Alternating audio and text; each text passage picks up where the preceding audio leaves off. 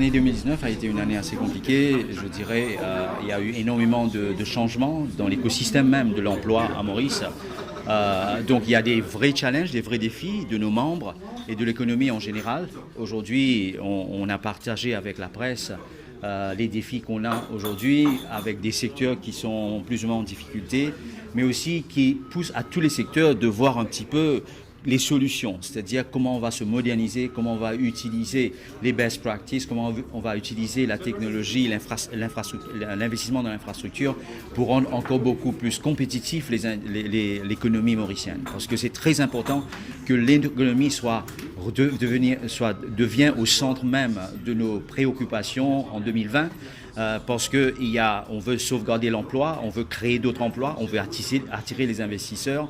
Et pour que ça soit fait, il faut que l'écosystème et l'environnement des affaires soient propices et attirants.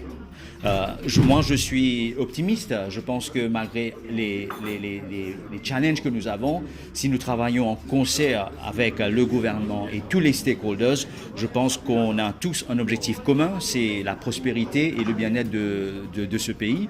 Et il y a certaines décisions courageuses à prendre aussi. Donc moi, je pense qu'il y aura énormément de travail en 2020. Donc c'est une année de transformation, plus ou moins, sur tous les niveaux.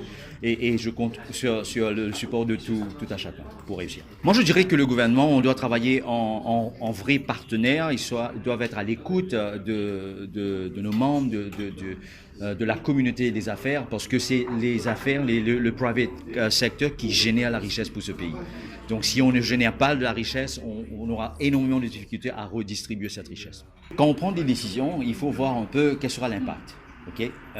Donc nous attendons qu'un Real Impact Assessment soit fait à partir de toutes ces mesures qui ont été mises en place pour voir l'impact que ça va avoir sur l'investissement, sur l'emploi, etc., dans tous les secteurs de l'économie.